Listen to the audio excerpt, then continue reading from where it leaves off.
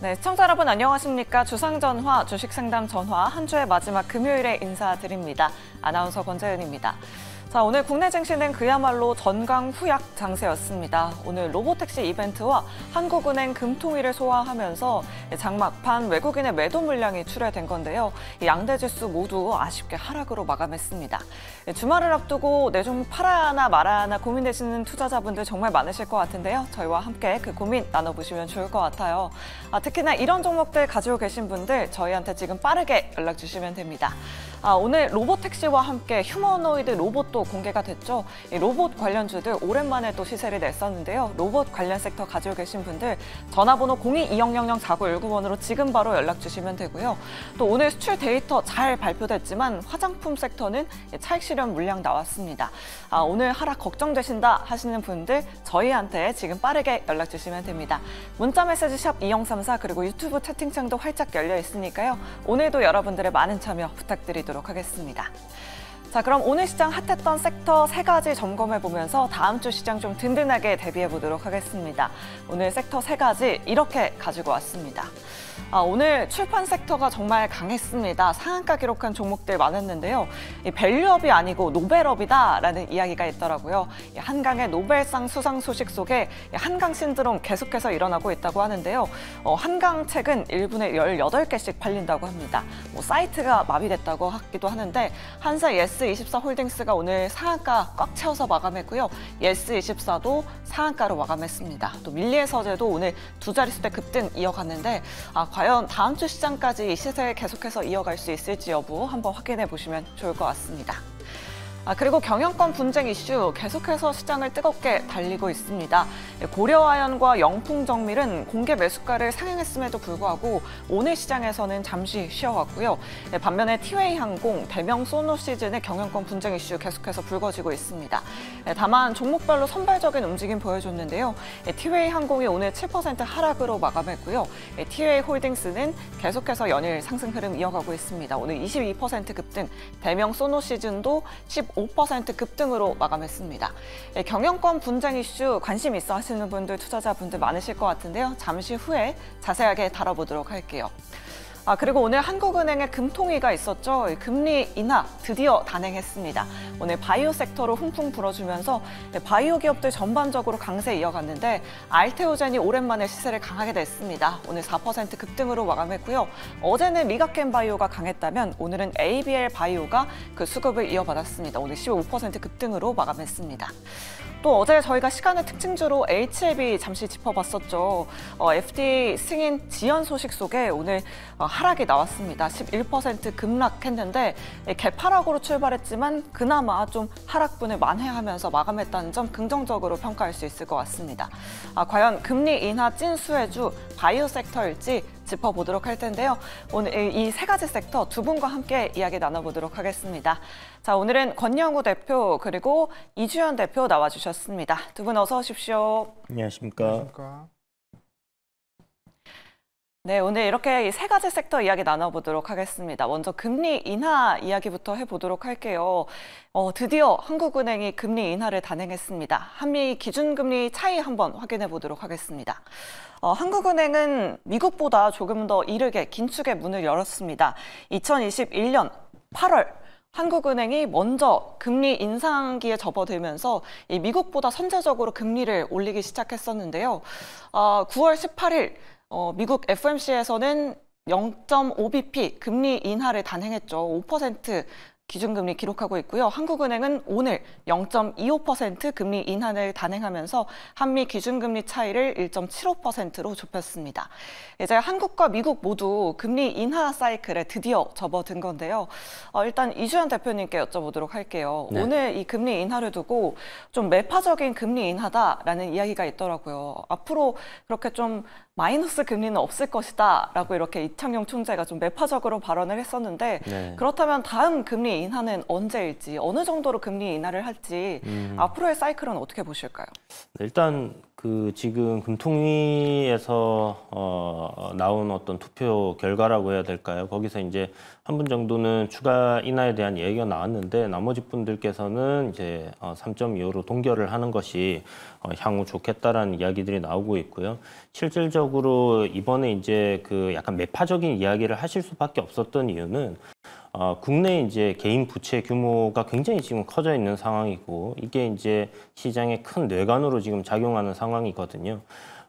기존에 이제 미국이 5%까지의 금리를 인상하는 과정에서 국내에서 이제 선제적으로 금리 인상을 했음에도 불구하고 뭐 큰 폭으로 그러니까 미국 따라서 계속해서 올리지 못했던 이유 역시 가계부채, 부동산의 버블이 너무나 이제 크게 껴있던 상황이라 이걸 터뜨릴 수가 없었던 그런 부분들이 분명히 있었다라고 생각이 되고요.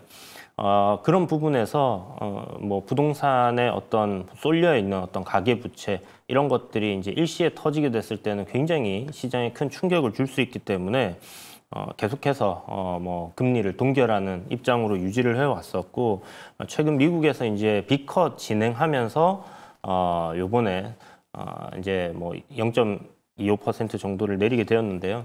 이게 실질적으로 저는 이번에도 좀 동결 가능성이 크지 않을까라고 생각을 했었어요. 아무래도 이제 부동산 가격 최근에 또 강하게 상승했고 가계부채 또 증가하는 모습들을 보여줬기 때문에 금리 차도 큰 상황이라 충분히 한 번 정도는 더 동결을 해도 되지 않겠나라는 생각을 했는데 일단 뭐 인하로 얘기가 나왔고 그렇다면 지금 현재 미국에서 다시 한번 빅컷을 하느냐 아니면 뭐 스몰컷을 하느냐를 두고 지금 거의 빅컷의 이야기는 물 건너 갔다라고 봐야 될 것 같습니다. 그렇다면 국내에서 여기서 추가적인 인하를 계속해서 연속적으로 진행하기에는 조금 부담적인 그런 상황이라고 봐야 될 것 같고요. 그렇다면 뭐 향후 있을 금통위에서는 금리 동결 가능성 상당히 높지 않겠나. 그러면 내년쯤 돼서 추가 인하가 진행될 가능성 높다. 이렇게 봐야 될 것 같습니다. 네, 알겠습니다. 올해 한국은행의 추가적인 금리 인하는 없을 가능성이 높다라는 의견 주셨고요. 그렇다면 피해 섹터와 수혜 섹터도 한번 짚어보도록 하겠습니다. 뭐 금리를 인하하면 바이오 섹터가 상승할 거다. 주식시장의 내러티브이잖아요. 이주연 대표님 동의하시는지 아니면 바이오 섹터 내에서 좀 추가적인 상승 가능할 만한 종목 혹시 갖고 계실까요? 네, 뭐 바이오 섹터 지금 거의 뭐 모든 종목들이 섹터 내에서 잘 올라가고 있는 상황이라고 봐야 될 것 같고요. 이제 중소형주들이 조금 잘 못 가는 그런 부분들은 분명히 있습니다만은 최근 이제 올해 상반기부터 해서 꾸준하게 이제 우상향을 하고 있는 독수리 오용제가 있거든요. 이 바이오 섹터 안에는. 네. 알테오젠, 뭐 리가켄, 삼천당 제약, 그다음에 유한양행, 그리고 뭐 한 종목인 뭐 삼성바이오로직스 이렇게 이제 봐야 될 것 같은데요. 요 기업들 같은 경우는 이제 지금 추세적으로 신고가의 흐름을 계속해서 좀 이어가고 있는 그런 흐름들이 만들어지고 있다라고 봤을 때 그 이면에는 단순히 우리가 이제 기존의 바이오 섹터 하면 어떤 기대감만으로 이렇게 올랐던 것이 아니라 뭐 리가켄 바이오도 어제 같은 경우 보시면 이제 일본 어떤 제약회사에다가 8천억대 어떤 기술 이전 이런 부분들이 있었고요. 그 앞서서도 뭐 또 기술 이전이 분명히 있었죠. 그래서 기술력이라든지 어떤 이제 라이센스 아웃에 대한 그런 기대감들이 실질적으로 일어나고 있는 그런 현상에서의 주가가 상승을 하고 있다라는 부분이 굉장히 고무적인 내용이라고 볼 수 있을 것 같고요.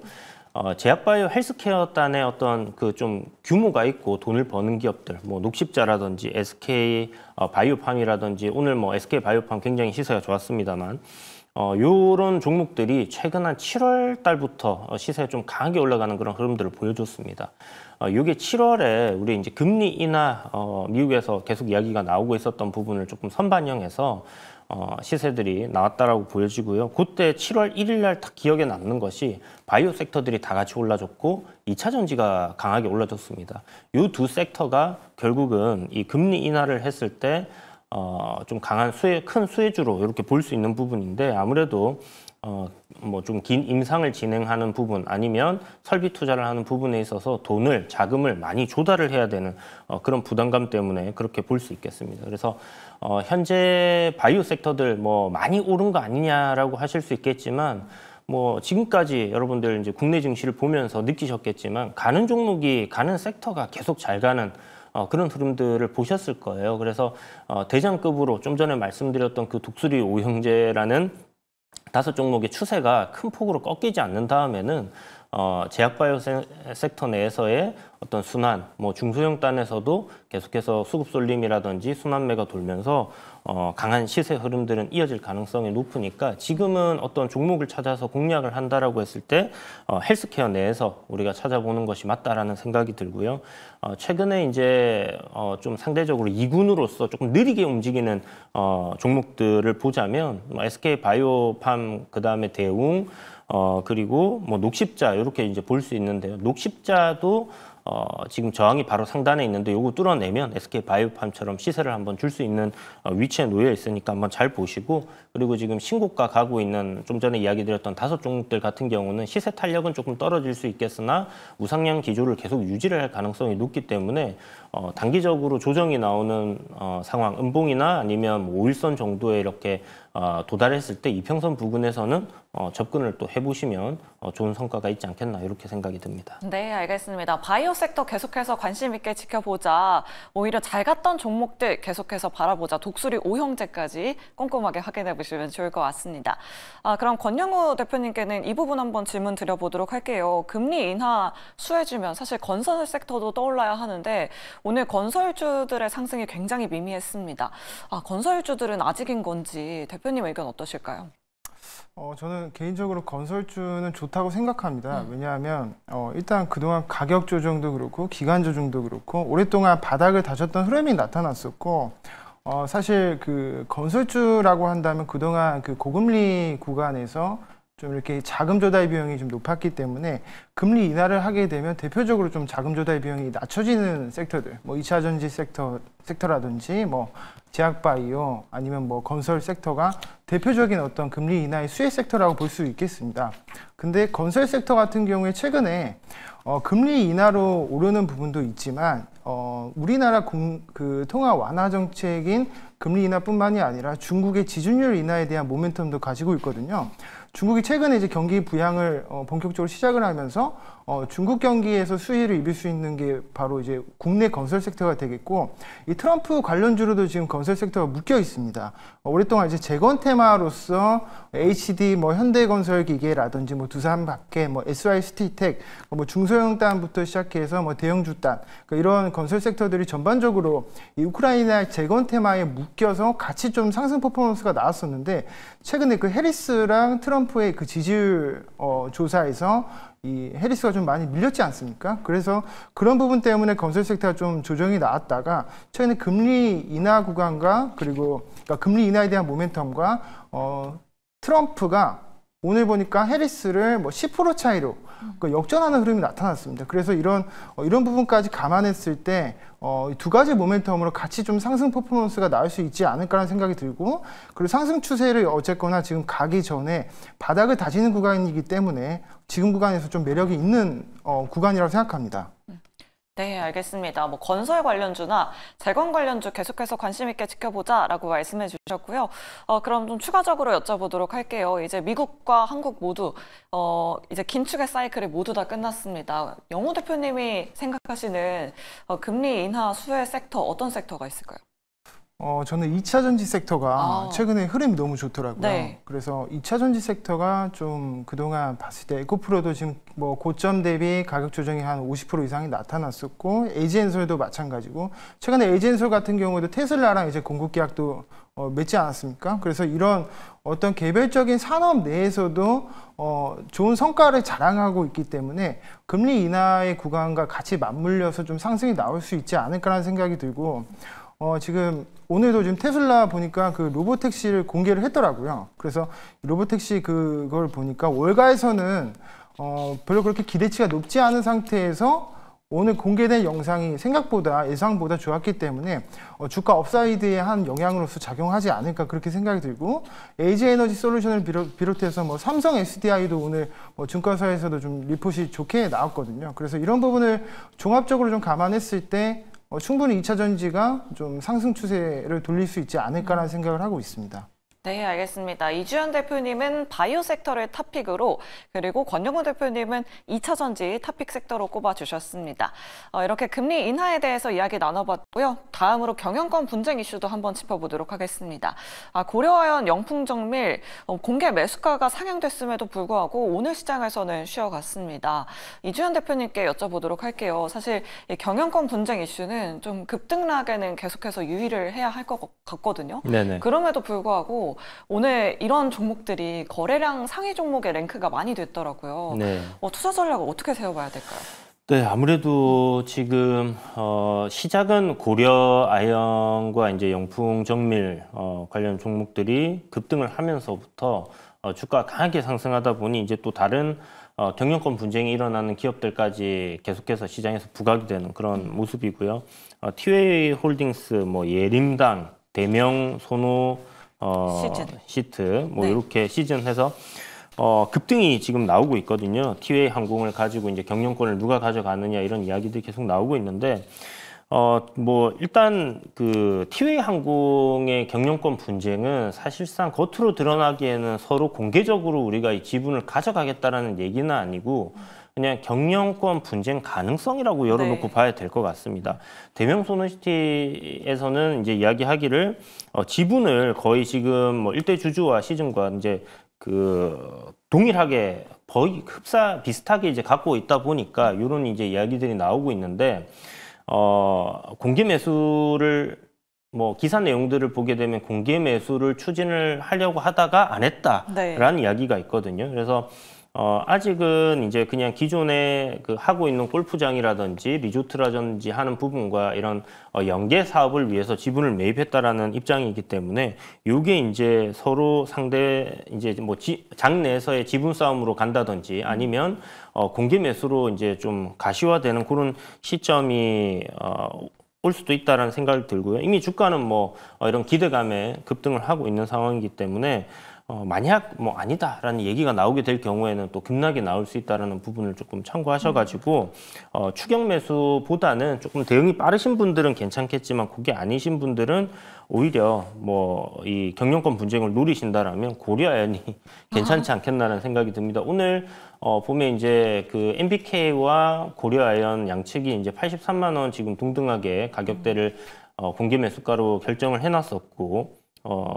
고려아연 측에서 지금 89만 원까지 상향을 했거든요. 그렇다면 이거는 뭐 무조건적으로 매입을 할 수밖에 없는 상황이기 때문에 네. 이거 지금 갑자기 이제 우리 취소하겠습니다 하면 이거 법적인 문제가 크게 일어날 수 있습니다. 그래서 저는 뭐 조정 나올 때 89만 원까지요, 대표님? 네, 89만 원입니다. 그러면 네. 이제 굉장히 지금 상승 여력이 꽤나 되기 때문에 우리 1년 적금 예금 해봐야 5%도 안 되는데 5% 이상의 수익을 사서 조금 기다렸다가 그냥 사측에 넘기게 되면 받을 수 있다라는 관점으로 생각해 본다면 이거는 그냥 시장에서 주는 공짜로 주는 뭐 그런 거 아닐까요? 네. 리스크가 굉장히 낮은 그런 매매 전략이 되지 않겠나라는 생각이 듭니다.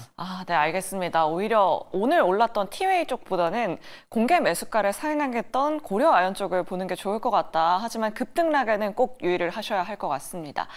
그럼 권영우 대표님께도 또 추가적으로 질문 여쭤보도록 할게요. 이렇게 경영권 분쟁 계속해서 일어나고 있는데 과연 다음 주 시장까지 이쪽으로 수급이 들어갈지, 오늘은 또 이런 출판 쪽으로 테마성인 종목들이 몰렸었거든요. 다음 주 시장은 이런 섹터 수급 어떻게 보실까요? 오늘 시장을 보니까 오전에 그 수급이 이 TA 홀딩스랑 그 경영권 분쟁 쪽으로 쏠렸다가 그 노벨문학상 이제 한강 작가님께서 받은 노벨문학상 쪽으로 해가지고 수급이 이동을 하는 모습이 나타났더라고요. 그래서 지금 이 흐름을 보니까 뭐 예스24나 뭐 한세스24 홀딩스나 이런 출판 쪽들이 상한가도 뭐 말아 올리고 지금 실제로도 뭐 재고가 지금 없지 않습니까? 사이트는 뭐 마비되고 재고는 없고 이런 이슈는 보통 일주일 정도 좀 더 가거든요. 그래서 이런 흐름이 앞으로도 계속된다면 경영권 분쟁에 대한 어떤 테마보다는 수급이 출판 쪽으로 좀 더 갈 가능성이 좀 있다고 생각이 듭니다. 그래서 경영권 분쟁 같은 경우에는 한 조금 정리를 어느 정도 하고 네. 출판 쪽으로 공략을 하는 게 좀 낫지 않을까 그렇게 조심스럽게 네. 의견을 제시해 보도록 하겠습니다. 알겠습니다. 만약에 종목을 본다면 어떤 종목이 좀 매력적이라고 생각하세요? 그래서 저는 대장인 예스24를 공략을 하는 게 일단 네. 박스권도 돌파했고 아마 지금 오늘 점상을 갔거든요. 이런 주식은 다음 주에도 시가가 좀 높게 뜰 확률이 높습니다. 그러면 조정이 나왔을 때 분봉으로 조정이 나왔을 때 그 눌림목을 보고 타점을 잡아서 매수하는 게 좋겠다고 생각이 듭니다. 네, 알겠습니다. 테마성 성격이 있는 만큼 그래도 또 급등락에는 꼭 주의를 하셔야겠습니다. 이렇게 세 가지 섹터 이슈 이야기 나눠봤고요. 오늘도 여러분들 종목 고민 굉장히 많이 보내주고 계십니다. 종목 상담 본격적으로 출발합니다.